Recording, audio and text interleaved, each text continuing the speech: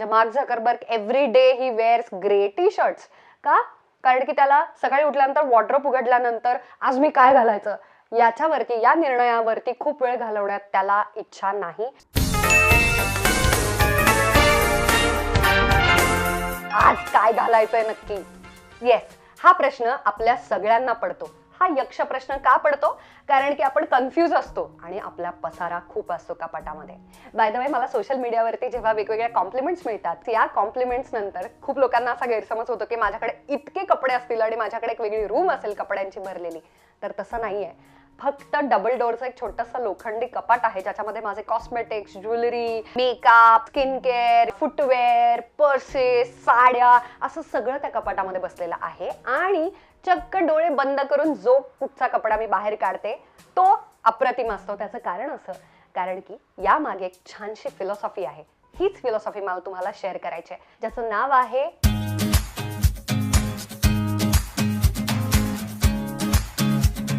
काय घालू काय घालू. उशीर झालेला आहे आणि त्याच्यात मला कितीही कपडे असले तरी सुद्धा रोज सकाळी उठून आज कोणते कपडे घालू हा एक यक्ष प्रश्न आपल्या सगळ्यांच्या समोर पडतो. का? त्याचं कारण असं, जसं बोलताना कम्युनिकेशन स्किल जरी किती छान असलं तरी सुद्धा गोंधळ होत असेल तर तो विचारांचा गोंधळ असतो. तसंच जर आपल्याला आवरण्यासाठी वेळ लागत असेल तर तो वॉर्डरोबचा म्हणजेच आपल्या कपाटाचा गोंधळ असतो. घर आवरण्यावरती पुस्तक कोण लिहितं? लिहिलेलं आहे एक जॅपनीज बाई आहे मेरी कॉन्डो नावाची. तिनं पुस्तक लिहिलंय the magic of tidying up. हे पुस्तक मी स्टोरीटेल हे ऑडिओ बुक्सचं ऍप आहे, म्हणजेच पुस्तकं ऐकण्याचं ऍप, त्यावरती मी ऐकलं. खरं सांगू का, मी प्रचंड आळशी आहे की मी अक्षरशः लवकर उठण्यापासून ते पुस्तकाचं वाचन करेपर्यंत, ते ऑफकोर्स कपडे आवरण्यापर्यंत किंवा वॉर्डरोब नीट नेटकं ठेवण्यापर्यंत माझा आळस असा सगळीकडे पसरलेला आहे. आळस इज माय बेस्ट फ्रेंड. तर म्हणूनच मी यावेळी 2018 संपतानाच एक संकल्प केला होता. माय रेझोल्युशन वॉज की 2019 मध्ये जास्तीत जास्त मी पुस्तकं वाचण्याचा प्रयत्न करेन.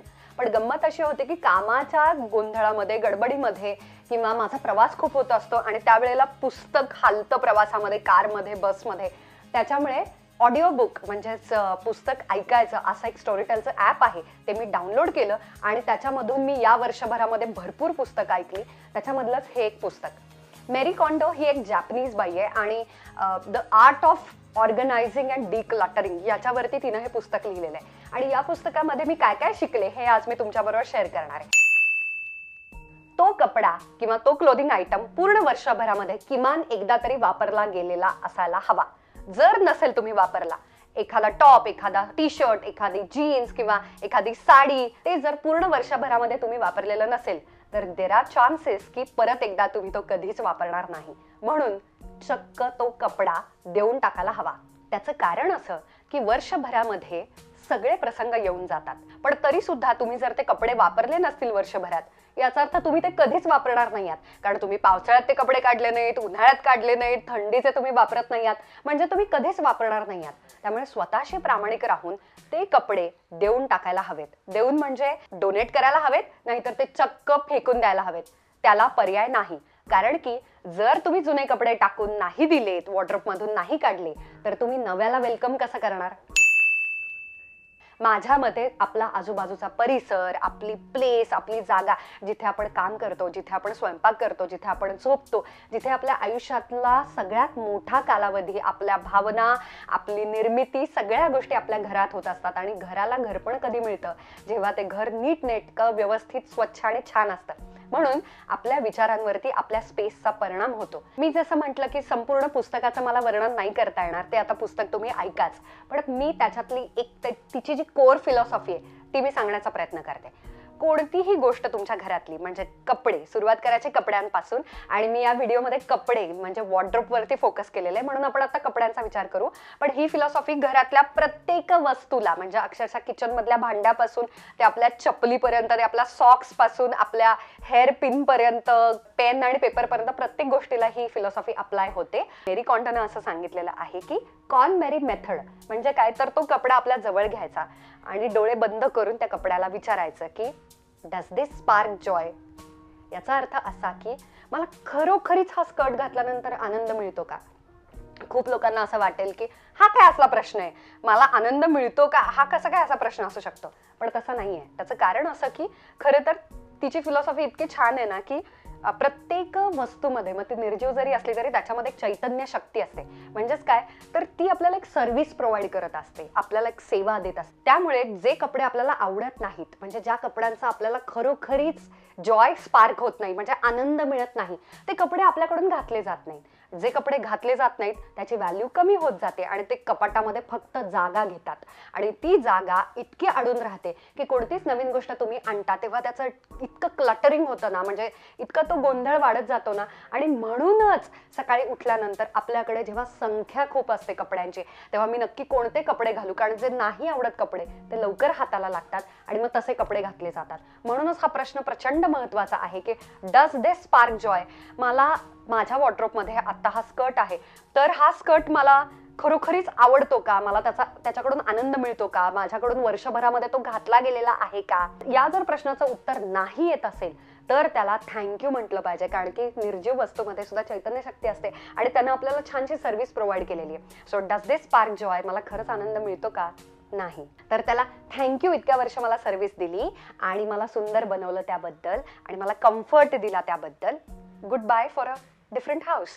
दुसऱ्या कोणाला तरी मी डोनेट करेन आणि त्यांना हे छान हा स्कर्ट घालता येईल आणि ते छान दिसतील. May be this might spark joy in someone else's house, और दुसऱ्या कोणाला तरी तो स्कर्ट आनंद देईल. इम्पल्सिव्ह शॉपिंग करायचं नाही. येस, म्हणजे काय, असं माझ्या मनात आलं आणि मला वाटलं किंवा माझ्याकडे खूप पैसे आहेत, सेल लागलेला आहे, याच्यामुळे तर इतकी शॉपिंग होते ना, किंवा मॉलच्या जवळच आलो तर आता आपण काहीतरी घेऊन टाकूयात वगैरे, असं म्हणून उगाचच आपल्या मनामध्ये आलं म्हणून जी आपण शॉपिंग करतो ना, ती सगळ्यात वाईट शॉपिंग असते. का, कारण त्याच्यात पैसे खर्च होतात. आणि इम्पल्सिव्ह शॉपिंग मध्ये सगळ्यात मोठा दोष म्हणजे अशा पद्धतीचा एक आयटम आपल्या घरामध्ये येतो की जो आपल्या वॉर्डरोबमध्ये मॅच होईलच असं नाही.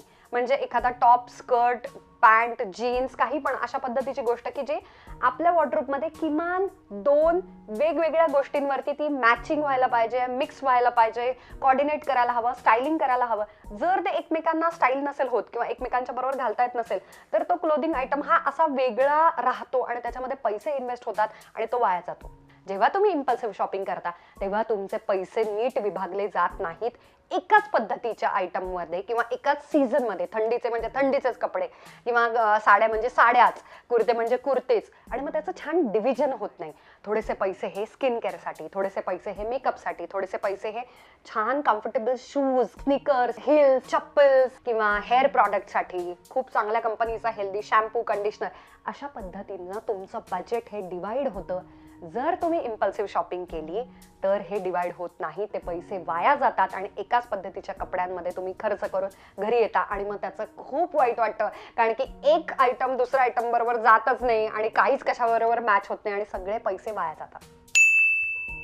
Quality over quantity. आपल्या कपाटामध्ये किती कपडे आहेत याच्यापेक्षा ते कोणत्या क्वालिटीचे आहेत, ते कसे आहेत, त्यांची सिच्युएशन कशी आहे, ते कसे मेंटेन केलेले आहेत आणि ते घातल्यानंतर तुम्ही बाहेर जाऊन कसे दिसता हे महत्वाचं आहे. बऱ्याचदा असं होतं बायकांमध्ये, तर हे खूप जास्त बघितलं जातं दुर्दैवानं, की फुटपाथवरती वगैरे किंवा एखाद्या ठिकाणी सेल लागलाय किंवा एखादी गोष्ट खूप स्वस्त म्हणून घेतली जाते. 100 रुपयाचा टॉप किंवा कुर्ता, अरे 100च रुपयाला आहे म्हणून ती उचलली जाते आणि त्यानंतर तो एका वॉशमध्ये खराब होतो किंवा घातल्यानंतर काहीतरी चावायला लागतो, टोचायला लागतो, अनकम्फर्टेबल असतो, अनफिट असतो, काहीतरी खूप लूजच असतं किंवा काहीतरी खूप घट्टच असतं, बटनच लावली जात नाहीत. अशा पद्धतीचे कपडेत ना आपण एकदा किंवा दोनदा घालतो आणि प्रामाणिकपणे स्वतःला विचारायचं, 50 कपडे विकत घेण्यापेक्षा 10 कपडे विकत घ्या. ओके, पण ते असे कपडे असायला हवेत, त्याची क्वालिटी इतकी छान असायला हवी की ते घातल्यानंतर छान वाटेल मनाला. मिनिमलिझम हे मी म्हणते कारण मी एकेकाळी शॉपaholic होते. मी इतकी शॉपिंग करायचे. मी आज तुम्हाला शेअर करते. I was also guilty. Okay, मी पण एक आरोपी आहे त्याच्यातला की जे मी खूप शॉपिंग करायचे. पण असं करू नका, हे तुम्हाला कोणी नाही सांगणार. एखादा समजा दुपट्टा असेल, ओके, रॅन्डम एक छानसा तुम्ही गोल्डन कलरचा दुपट्टा विकत घेतलाय जो तुमच्या वॉर्डरोब मधल्या किमान 2 कपड्यांवरती जातो, जी आपली टिप आहे. असा तुम्ही जर दुपट्टा विकत घेतलात शॉपिंग करून, एक गोष्टीची जेव्हा शॉपिंग करता तेव्हा कपाटातल्या किमान 2 गोष्टी घराच्या बाहेर जायला हव्यात. येस, 2 गोष्टी डोनेट करायच्या, देऊन टाकायच्या, कचऱ्यात टाकून द्यायच्या, कोणालाही द्यायच्या, त्याच्या अवस्थेनुसार. मिनिमलिझम.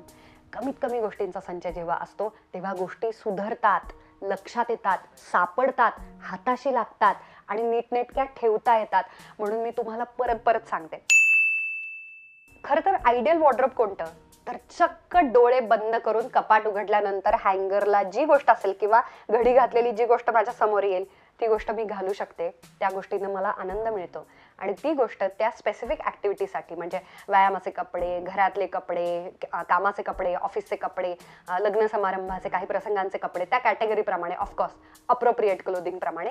पण तो क्लोदिंग आयटम हा मला आनंदच देणारा असेल, तो चांगल्या अवस्थेत असेल, तो चांगल्या फिटिंगमध्ये असेल आणि तो कधीही तुम्हाला वापरता येईल, त्याच्या मागे कोणताच विचार करण्याची गरज नाही आणि त्याच्यात वेळ जाणार नाही. कारण की आपल्याला दिवसभरामध्ये डिसिजन मेकिंगची थोडीशी क्षमता असते. म्हणून तुम्ही ऐकलं असेल की कित्येक मोठे मोठे जे लोक आहेत ते सेम पद्धतीचे कपडे घालतात. आज काय घालू बरं, याच्यावरती हे जाईल का, आता याच्यानंतर आता हे जे इथून दिसतंय ते आता कसं लपवावं, या सगळ्यावरती वेळ जाऊ नये. म्हणूनच आयडियल वॉर्डरोब बिल्ड करणं खूप गरजेचं आहे. 2020 मध्ये कमाल वॉर्डरोब बिल्ड करण्यासाठीच्या खरं तर खूप टिप्स आहेत, पण या व्हिडिओमध्ये मला फक्त 6च टिप्स सांगता आल्या. तरी सुद्धा हा व्हिडिओ खूप मोठा होणार आहे, म्हणूनच मी तुम्हाला सांगते की ते पुस्तक ऐका. कारण त्यामध्ये तिनं इतकी छान छान उदाहरणं, म्हणजे अक्षरशः कपड्यांच्या घड्या कशा घालायच्या, स्पेशल फोल्डिंग टेक्निक पासून ते कोणत्या गोष्टी या हाताशी लागणार असाव्यात, कोणत्या थोड्याशा मागे गेल्या तरी चालतील, वरच्या रॅकमध्ये काय असावं, किचनच्या ट्रॉलीजमध्ये काय असावं, ड्रॉवर्समध्ये काय असावं, या सगळ्या टिप्स आणि कमाल उदाहरणं, कमाल एक्झाम्पल, स्टोरीज या सगळ्या या पुस्तकामध्ये आहेत. The magic of tidying up by Marie Kondo. स्टोरीटेलच्या ॲपवरती ते पुस्तक आहे आणि ते ॲप डाउनलोड करण्यासाठीची फ्री लिंक, येस, ती डिस्क्रिप्शन बॉक्समध्ये मी दिलेली आहे. म्हणूनच ते पुस्तक तुम्ही पूर्णपणे ऐका. 2019 मध्ये मी भरपूर पुस्तकं ऐकली आणि 2020 मध्ये पण मी ऐकणार आहे. पण मला असं वाटतं की कोणतंही पुस्तक वाचून परत पुढचं वाचण्याची तयारी करण्याच्या पेक्षा ते पुस्तक, त्याच्यातली एक तरी गोष्ट आपण जगायला हवी. स्टोरीटेल ह्या ॲपमुळे मी सेल्फ डेव्हलपमेंटची वेगवेगळी पुस्तकं ऐकत असते, त्या पुस्तकांना आचरणात आणण्याचा प्रयत्न करत असते, जगण्याचा प्रयत्न करत असते. किमान एक तरी टिप आचरणामध्ये आणल्यानंतर माझ्या आयुष्यामध्ये काय बदल झाला याच्यावरती मला व्हिडिओज बनवायचे आहेत. पण जर तुम्ही ते मला कमेंट बॉक्समध्ये सांगितलं तर मी 2020 मध्ये अशा पद्धतीचे व्हिडिओज घेऊन येईन. तुम्ही मला नक्की सांगा तुम्हाला असे व्हिडिओज बघायला आवडतील का, आणि हा व्हिडिओ आवडला असेल तर लाईक करा, शेअर करा, कारण इतरांना पण याचा फायदा होईल आणि फुकट आहे म्हणून सबस्क्राईब करा.